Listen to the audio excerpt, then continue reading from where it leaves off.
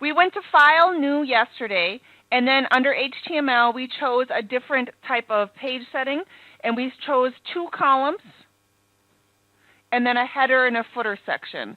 Then yesterday, we opened up that page. We went through and highlighted all of the text within here and set that to paragraph. We then imported a Word document, which had our nice small text there. We went over here and selected some items in our code view and deleted it. Then we went through and typed some text in, inserted an image. We played a little bit with the spacing here. We went through from our index page, copied our banner and our nav bar. Then we also went through and hit enter to give some spacing and get that green down. But one of the things that I'm noticing is that green really match our striped umbrella? Not really. And that was the default green color that was set with that page that we opened up. So we're going to go into our CSS. And again, the CSS that we modified for centering this information and our footer information, we used the embedded CSS right here, and we went through and modified it. So we're going to go through and do exactly the same thing today, but we're going to go through and change some of the colors of the background sections. So I'm going to look under my rule here, and I'm going to look for header. So under my cascading style sheet on the right-hand side, I selected my header rule.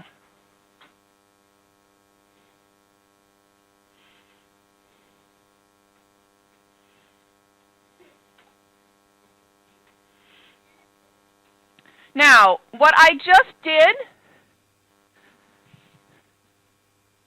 is I dragged this down so I could see the rule information right here. So I made sure I had this button right here selected. And at first, mine was shrunk up, but you can actually get a 2-headed arrow right here and drag this up or down so you can see this information. So you can see that background color right there. So now, instead of clicking on modifying the rule and then clicking on those, what we want to do is we just want to change the color that's already set. So we're going to change that color from AD896E to #FFF, which is going to give us what color? Anyone know? White.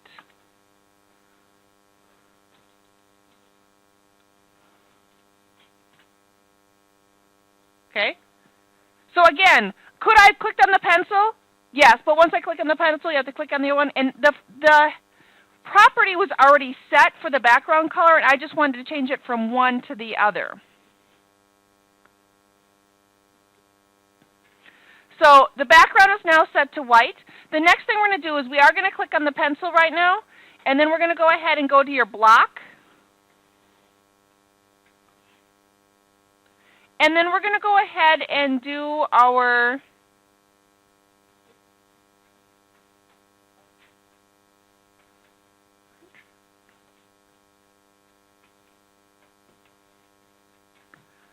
box. That's my problem, not block. I'm not finding it. So instead of block, we're going to go to box, and then we're going to do our top margin is 5. And then you will notice when I'm on box, and I set my top margin to 5, there's a checkbox right there to go through and say set the same for all, and we want to do that. So we're going to do a 5-pixel top, right, bottom, and left space for that box. And then you can go ahead and click on OK. Did you notice what happened? So you have a little bit of white space now all the way around that. Let's go ahead and select our striped umbrella. Sorry, not the striped umbrella, our cafe, this really nice cafe right there. I've never been to a cafe quite like that. And we want to change our V space, our H space to 40. So I'm selecting this cafe, change our H space to 40, and then it's just going to go ahead and give me 40 pixels worth of space here to the left. Yep. I don't know what you did.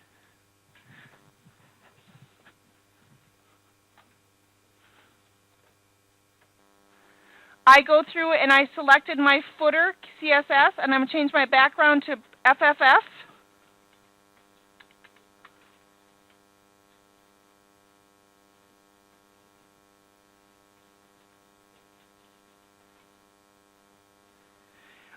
also want to do sidebar 1, and I'm going to set the background color of sidebar 1 to FFF. So again, I select it.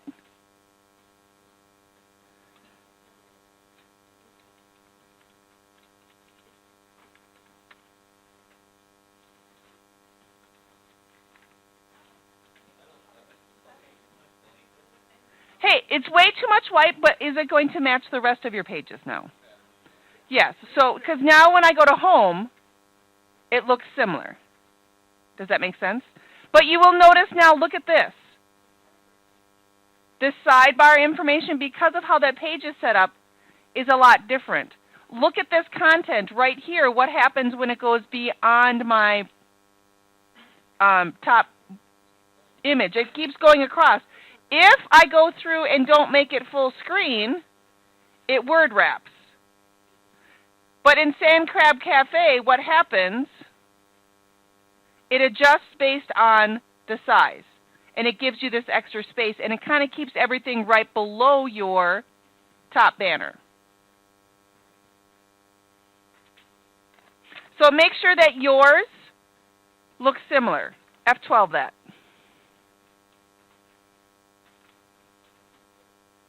F12 that.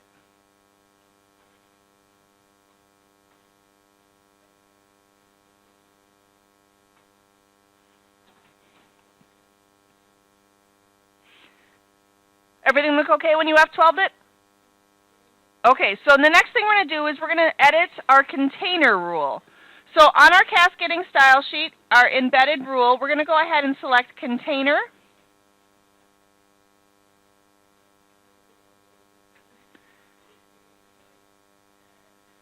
And right now, our container has a background of FFF, margin, and width. I'm going to go ahead and click on my pencil for my container rule. And then I'm going to go ahead and go to border.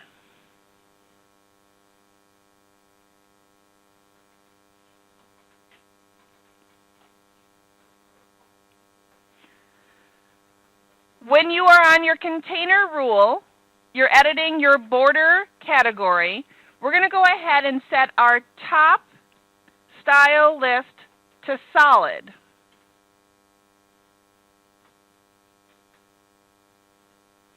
Our width is going to be thin, and then our color is going to be pound 033.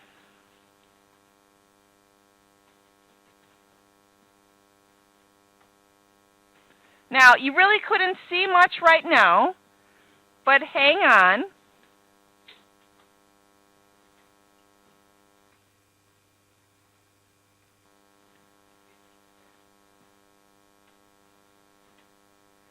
We're going to go ahead and select our body CSS.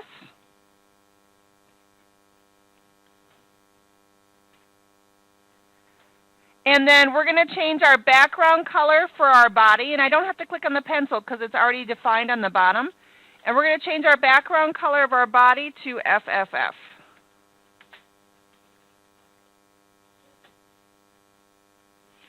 Now save F12.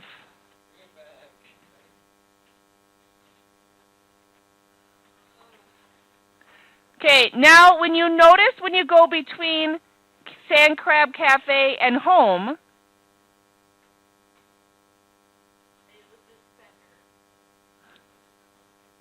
okay. Now, what you have to realize is when you have this page set up and it has your cascading style sheet rules, it has the width of this area predefined. So therefore, it's always going to look like this. And you don't have to worry about screen size when we, for example, go ahead and go to the activities page, and then these dolphins are way over here to the right. So the Sand Crab Cafe keeps everything right below your banner information. That would work well on computers.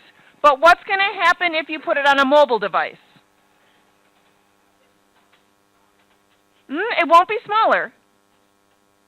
You would have to scroll to the right. So you would actually go through and you would have your website would be set up different for it if it notices that it is on a mobile browser versus a desktop browser. Okay?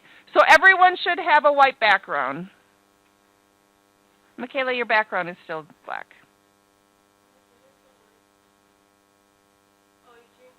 You changed the text color, not the background color.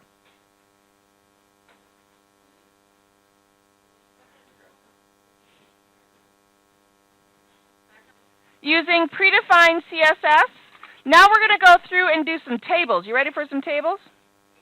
All right, same page. We're still on our cafe page. We're going to go ahead and put my cursor directly to the right of this photo. So I'm selecting the photo using the right arrow key on my keyboard, putting my cursor directly to the right of the cafe photo, not hitting enter. It's a flashing one and it's hard to see on the screen. And then I'm going to go ahead and I'm going to, on my insert menu on the right-hand side, I'm going to switch from Spry back to Common in case you are not there. So I have my common ones up for inserting, and then I have an option for a table. So under Insert Common Table, I'm going to click there. I'm going to get this pop-up window, and this is where we get to go through and say, what do we want our table to look like? So let's talk about what information we have on our table. Right in the very top, we can define the number of rows. Again, rows go across, and we can define the number of columns, and columns go up and down. We can also go through right here and say how wide we want our table. Now, we can set our width based on percents, or we can set it on pixels.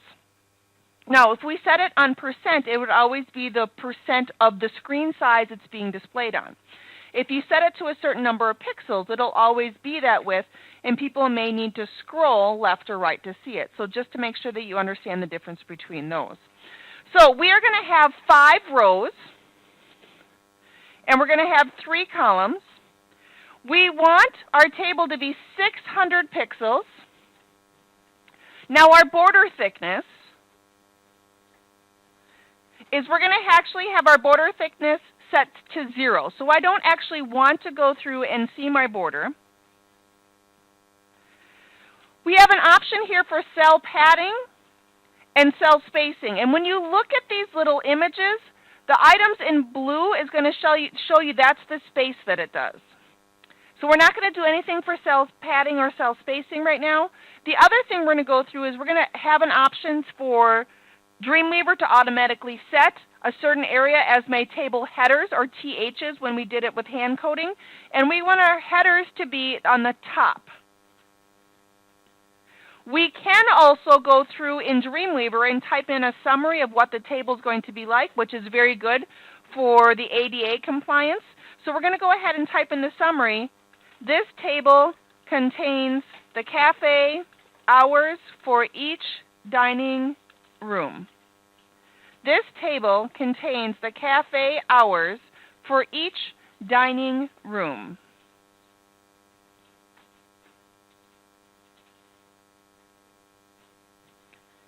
Again, this table contains the cafe, I have cage, hours for each dining room.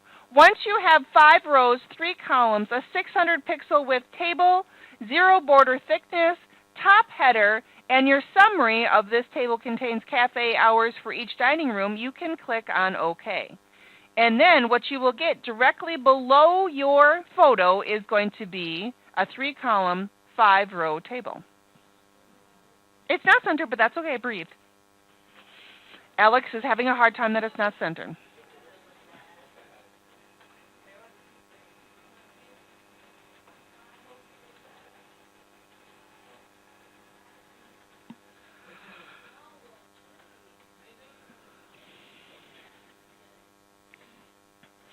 All right, we have to put a new panel in. Okay, so panels are these items on the right-hand side. So I'm going to go under Window, and I'm going to go ahead and click on the panel for Layout.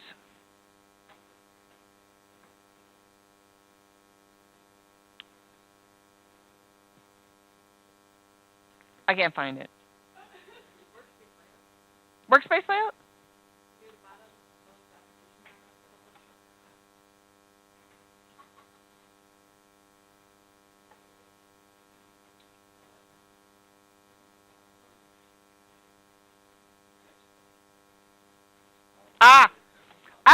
too hard. Under common, switch from, under our insert panel, switch from common to layout. See, wrong way, wrong panel. Sorry. Under our switching from common to layout, we're also going to switch from standard to expanded. And when you do that, you get this pop-up menu saying expanded table mode makes it easier to select inside and around tables. Okay, it does not display tables the way browser does. So before moving or resizing your tables, make sure you return to standard mode so you can see what it looks like. So this allows us to work differently, but it's not going to be how it displays. But you could always save it and F12 it to see what it looks like.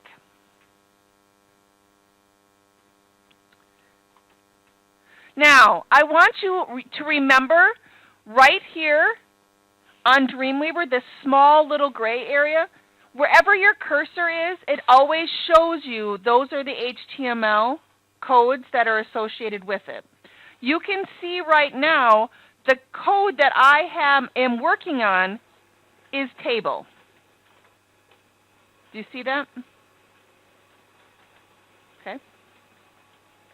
We want to set our table properties. If you are not in table, you should get to that. So your properties panel on the bottom should then be all the information that you could use to set up your table.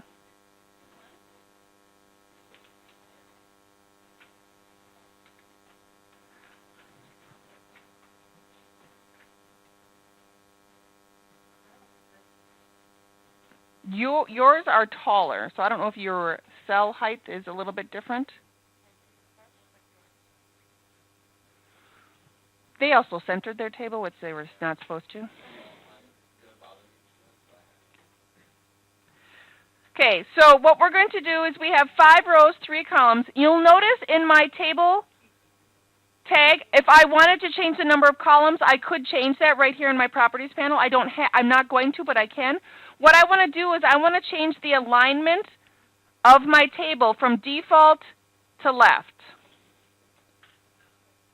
When I change my alignment from default to left, what happens? Okay.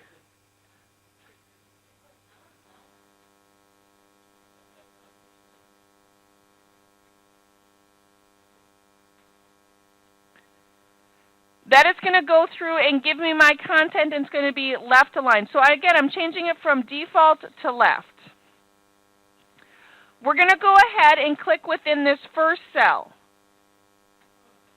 Now, there are a couple pieces of information that I want you to see. I am missing my ruler. Here it is. My ruler so I can point a little bit easier. Notice going across the top of my table, do you see this long green line going across? It says 600 in the middle. Why? That is the width of my table. You will notice then, right within here, for each column, there's not a number. Why? Right now it's just kind of divided up evenly, but could I go through and set it up differently? So one column could be bigger and another column could be smaller. So right now it's just kind of saying, I'm just going to auto put it in there, but you can go through and see that. So we're going to go through and set our width of our columns. So with my cursor in this first cell, you will notice now your properties on the bottom here, I actually have a way to format a cell versus a table now. You will notice right here that the tag that I'm working in is my TH, which is my table header, and it's going to go through. So what I want to do right now is I have a width section right here that I can set, and I'm going to set the width of this column to 40%.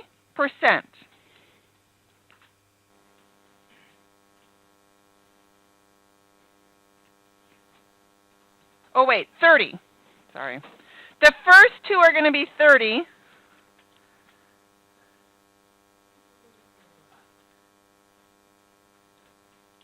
And you do need to put a % sign in. And the last one we're going to do is 40. Don't type in 40. Put 40 in your width.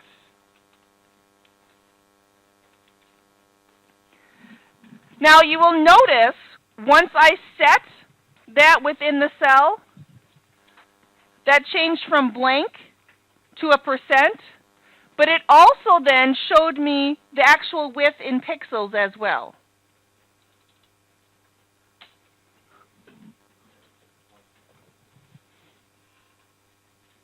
Yep. Dividing that up.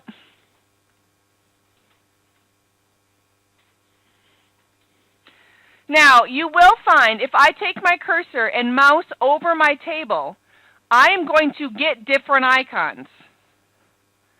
So if I go above a row, I get an arrow, selection arrow that I could actually select my entire column. If I move up even more, I can select my entire table. And then I go down and I have a down arrow, insertion point, and then you will find when I actually go in between my rows, I get a two-headed arrow. So what I can do with that two-headed arrow, I'm going to go in the very bottom of my table for a two-headed arrow, and I'm going to drag down, and I can actually adjust the size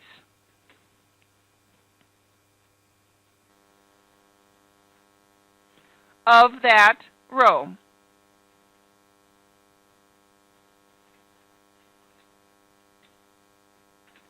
You will find when you have that cursor selected, when you're going to be dragging, your outside border of your table turns red.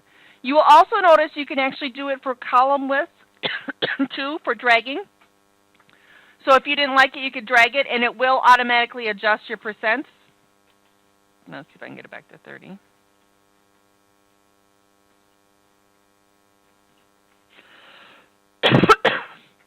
So that's another way of going through and adjusting the width of your information.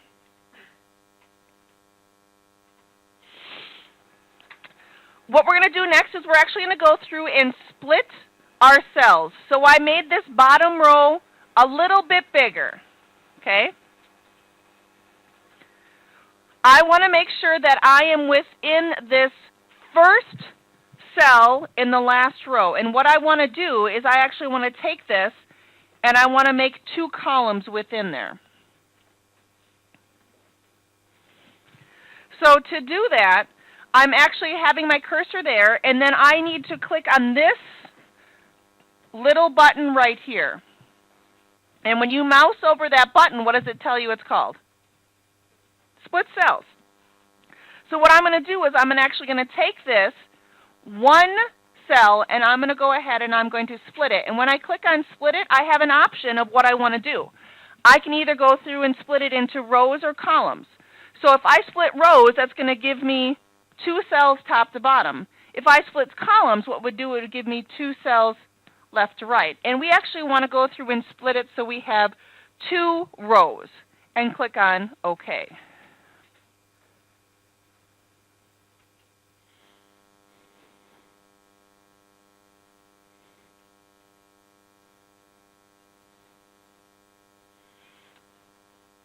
So I was easily able to go through and divide this one spot into two. Now do you see why we made that one a little bit bigger? Now what I want to do is I actually want to put a big line of text that goes all the way across my table. So here we just went through and split. Right here I'm going to select all three, and I'm actually going to merge them to make one big cell. So I'm actually going to go through and drag across. And you will notice when I drag across all three of these cells, I no longer can click on that split cell button, but I do have an option to merge cells. So again, all three in that first row selected, and then go ahead and click on the merge cells button.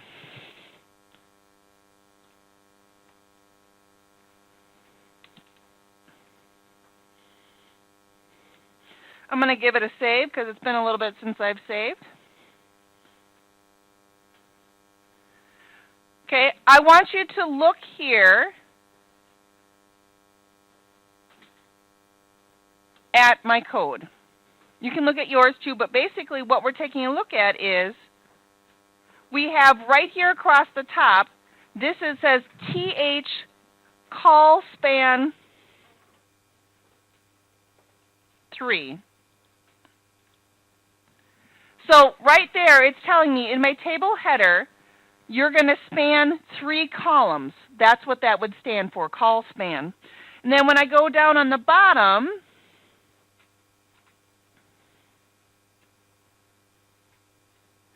right here we have our TD height set to 35. And then we have a row span 2, because that's going through and giving me those 2 additional there. So we have some additional types of table tags that we did not work with before. We worked with TDs, TRs, THs, but now we have some column spans and some row spans that we've used in order to make our table look so fancy. Everyone likes your fancy table? Sure, Mrs. Grassel. Okay. Yeah.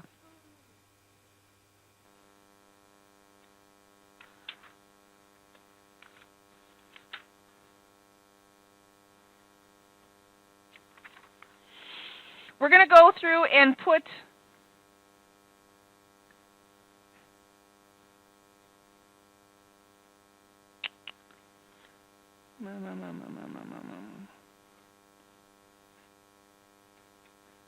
we are going to merge these 4 cells.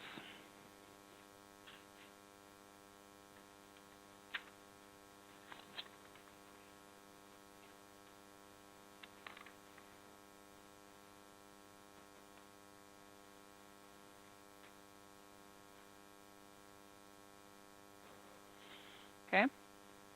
So I'm going to merge those. And what we're going to do right now is we're actually going to insert an image right within this merge cell. So I'm going to go ahead and go to Insert Image. And then you're going to find on the network, you're looking for the chocolate cake image, just to make your little bit self more hungry for Maddie's birthday.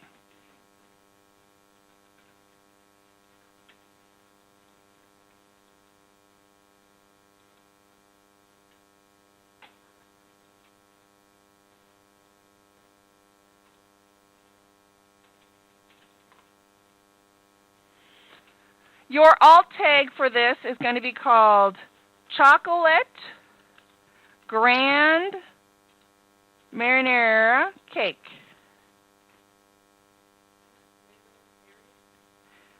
Chocolate Grand Marnier, M-A-R-N-I-E-R cake. Chocolate Grand see, now I'm not going to, Grand Marais.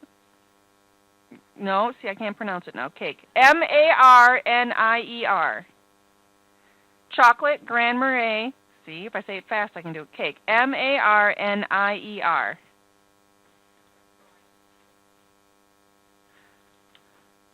It's right here on the bottom.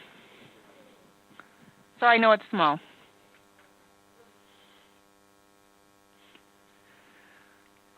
Let's give that page a save.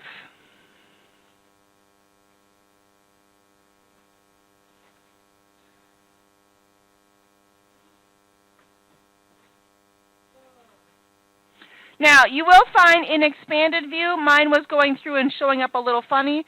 I switched back to standard view to expanded view, and then everything is fitting in there fine.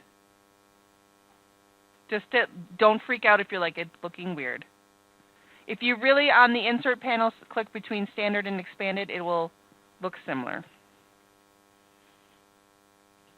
Now, we need to go through and align this cake image. So, I am actually not having the cake image selected. I have my cursor in the cell where the cake is in. Does that make sense? It's different because what's going to appear here in your properties panel.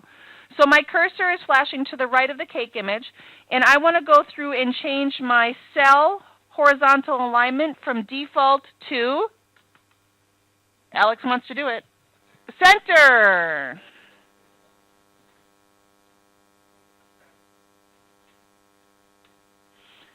Okay, so when I clicked on center, you will then notice it kind of gives you equal space all the way around, which Alex likes a lot better.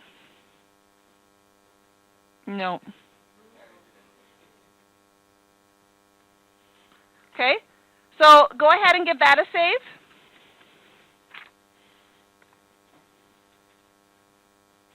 Now, this would probably be easier for you to be in your book on page 638 because there's a lot of typing. Not a ton, but we're going to be entering in data into our cells.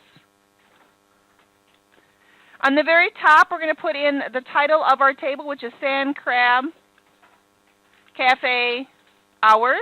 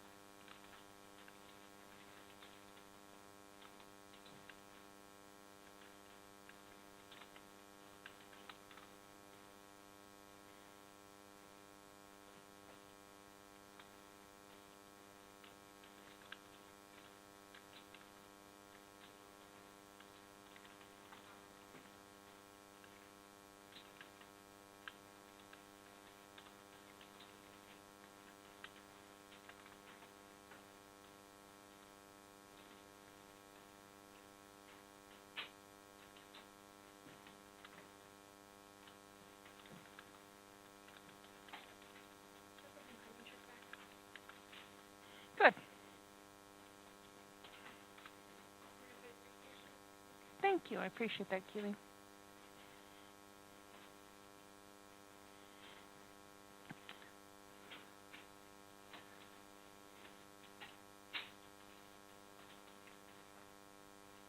It does want you to go through and merge the last two cells below the cabana text. So I'm just going to do that in order to enter in your last pieces of text.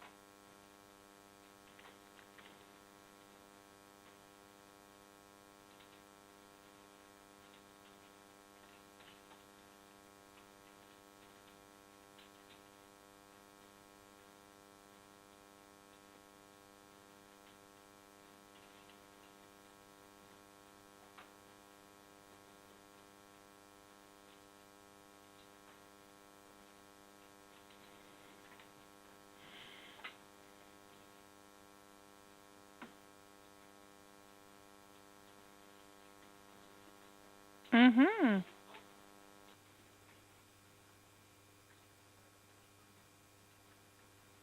So here's the thing.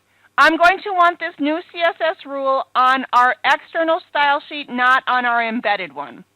So I'm going to make sure that on the right-hand side, I have SU Styles CSS selected.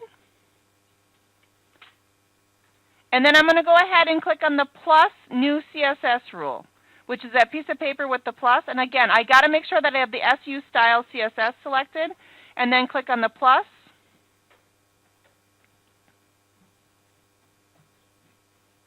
We're going to call this new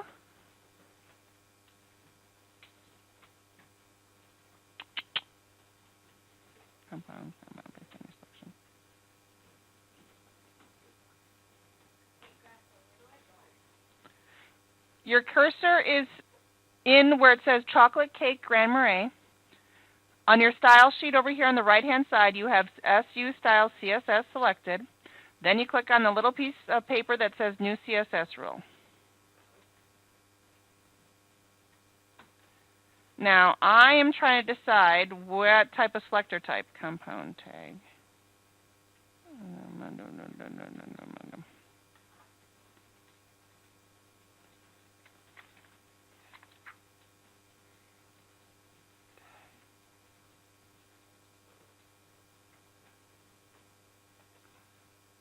Class. We want to change it from selector type to class. And we're going to call this new rule feature underscore items. So feature underscore item. And again, I changed on the type, our selector type, to class. It's being defined on our SU style CSS.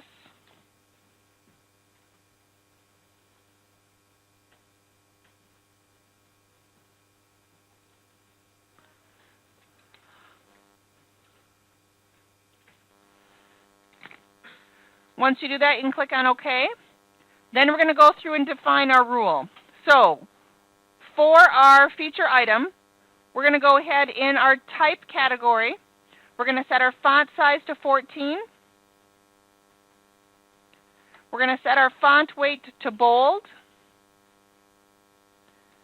And we're going to change our color to pound 003.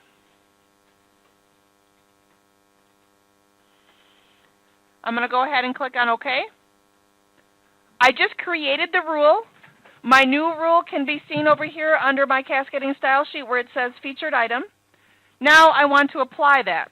To apply that rule, I am going to select the text below my cake image. So I'm going to select that text. Under my properties, I'm going to switch from HTML to CSS.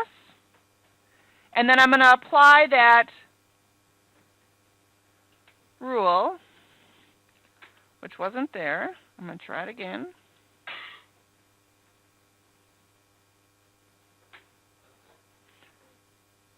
Featured. No, there, right there.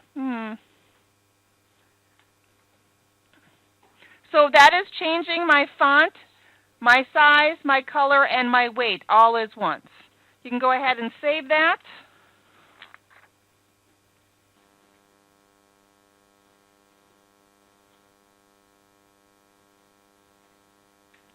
Let's go ahead and center the text for chocolate Grand Marais cake. So I'm going to go ahead and go in my cell there. On the very bottom, for that cell, I'm going to change again for the cell, my horizontal alignment from default to center. You don't have to have the text selected because I'm actually formatting the cell, not the text, so it doesn't matter what you're putting in there. So room service information, we're going to do exactly the same thing. I'm going to put my cursor somewhere in that cell, and I'm going to go through and change my horizontal arrangement from default to center.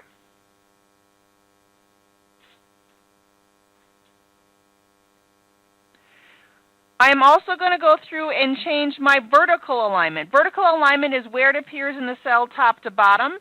Right now it's set to default, and I want to set that to bottom.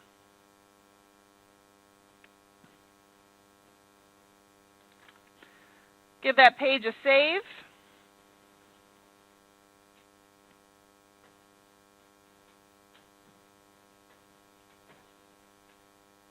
What's that? We're okay?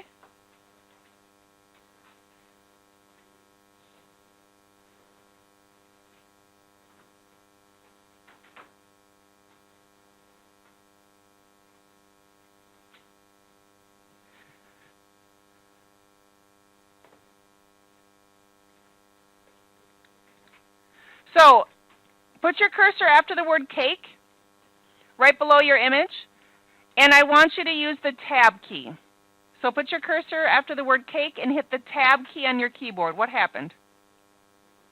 It gave you a whole new row. Would you agree?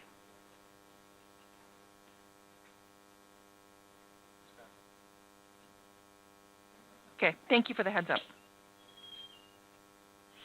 I want you to go through and merge this new row, the cells in that row.